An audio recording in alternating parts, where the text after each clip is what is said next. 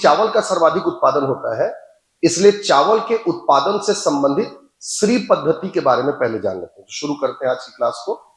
देखिए, हेडिंग डालेंगे श्री सिस्टम, ठीक है, श्री पद्धति, ठीक है, श्री सिस्टम या श्री पद्धति। SRI को कैपिटल में लिखिएगा, शॉर्ट में नहीं लिखिएगा ना, स्मॉल लेटर्स में लिखिएगा, ठीक है, क्योंकि ये एब्रिवेशन है, संक्षिप्त है। तो श्री पद्धति या श्री सिस्टम ये है क्या? पहले ध्यान से सुनना बेटा, फिर लिखवाता हूं मैं आपको इसको। देखिए, पहले तो अगर हम इसके फुल फॉर्म की बात करें, मतलब इसका पूरा नाम क्या है, तो जो श्री है, श्री का फुल फॉर्म है सिस्टम फॉर राइस इंटेंसिफिकेशन, ठीक है। SRI stand for system for rice intensification, मतलब चावल के गहनीकरण की पद्धति, सही बात। So SRI system, SRI is an abbreviation which is used for system for rice intensification. तो श्री पद्धति में श्री का अर्थ है चावल के गहनीकरण की पद्धति। तो पहले तो यह पता होना चाहिए कि जो श्री सिस्टम है ये चावल के उत्पादन से संबंधित है, फर्स्ट, ठीक है। The Shri system is related with production of paddy और राइस, चावल या धान के उत्पादन से संबंधित है। एक बात याद रखें, इसको मेडागास्कर पद्धति भी कहा जाता है, मेडागास्कर पद्धति भी कहते हैं। क्यों? Because of the Shri system was started since 1980 from Madagascar.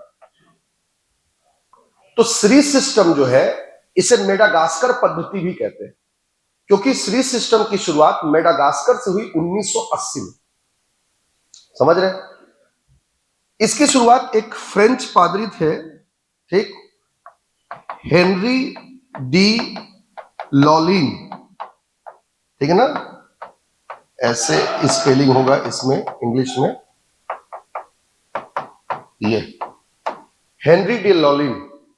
तो इनके द्वारा सबसे पहले मेडागास्कर से इस पद्धति की शुरुआत हुई, ठीक, मेरी बात समझ रहे हैं? बाद में आगे चल करके इसको वैज्ञानिक स्वरूप दिया था 1983 में फ्रेंच जूसेट ने। ये एग्रीकल्चर साइंटिस्ट थे फ्रेंच जूसेट जो। तो शुरुआत 1980 से होती है। अब ये है क्या, जैसे इसको अगर समझें अपन, तो बेसिकली क्या होता है, जैसे चावल का उत्पादन, जैसे चावल एक खरीफ की फसल है। खरीफ की फसल का मतलब ही है कि उसको उसके पैदावार के लिए ज्यादा पानी चाहिए, लबालब पानी भर करके चावल की खेती की जाती है। तो इसमें पानी भी ज्यादा लगता है, सिंचाई के साधन भी ज्यादा लगते हैं। जितना ज्यादा सिंचाई की आवश्यकता होगा उतना ज्यादा श्रम लगेगा, लेबर भी लगेगा, ठीक, और जमीन भी ज्यादा लगती है इसमें।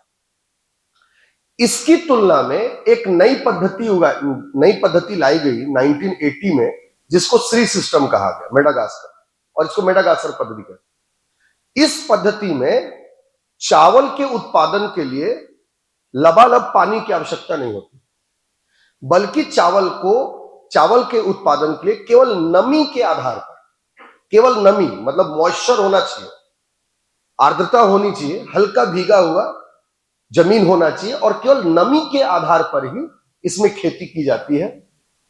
इसलिए इसको श्री पद्धति कहते हैं, चावल के गहनीकरण की पद्धति,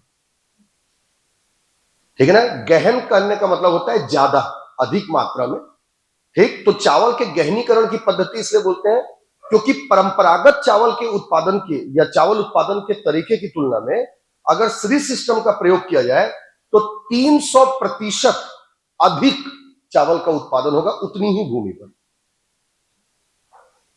मेरी बात समझे?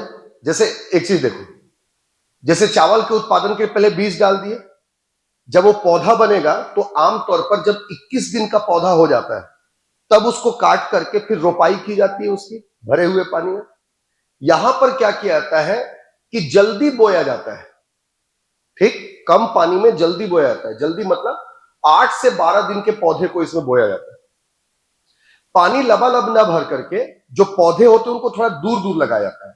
आमतौर पर जब हम धान की खेती करते हैं तो धान के जो पौधे होते हैं काफी नजदीक नजदीक लगाए जाते हैं, लेकिन इसमें क्या होता है, धान को जो पौधे होंगे 8 से 12 दिन के, उनको थोड़ी ज्यादा दूरी पर लगाया जाएगा। ये दूरी 20 सेंटीमीटर भी हो सकती है दो धान के पौधे के बीच में, 25 सेंटीमीटर भी हो सकती है, 30 भी हो सकती है और 50 सेंटीमीटर भी हो सकती है। जितनी ज्यादा दूरी होगी, जो जड़ होगा उतना ज्यादा फैलेगा, ठीक है, जिससे जमीन की जो उर्वरता होती है वो बनी रहती है।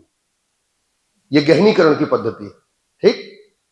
और इसके बाद इसमें फिर पानी जो डाला जाता है वो 1 से 3 सेंटीमीटर है ना, 1 से 3 सेंटीमीटर के ही पानी इसमें डाला जाता है, जबकि चावल की खेती के लिए आमतौर पर 150 सेंटीमीटर से अधिक पानी की आवश्यकता होती है।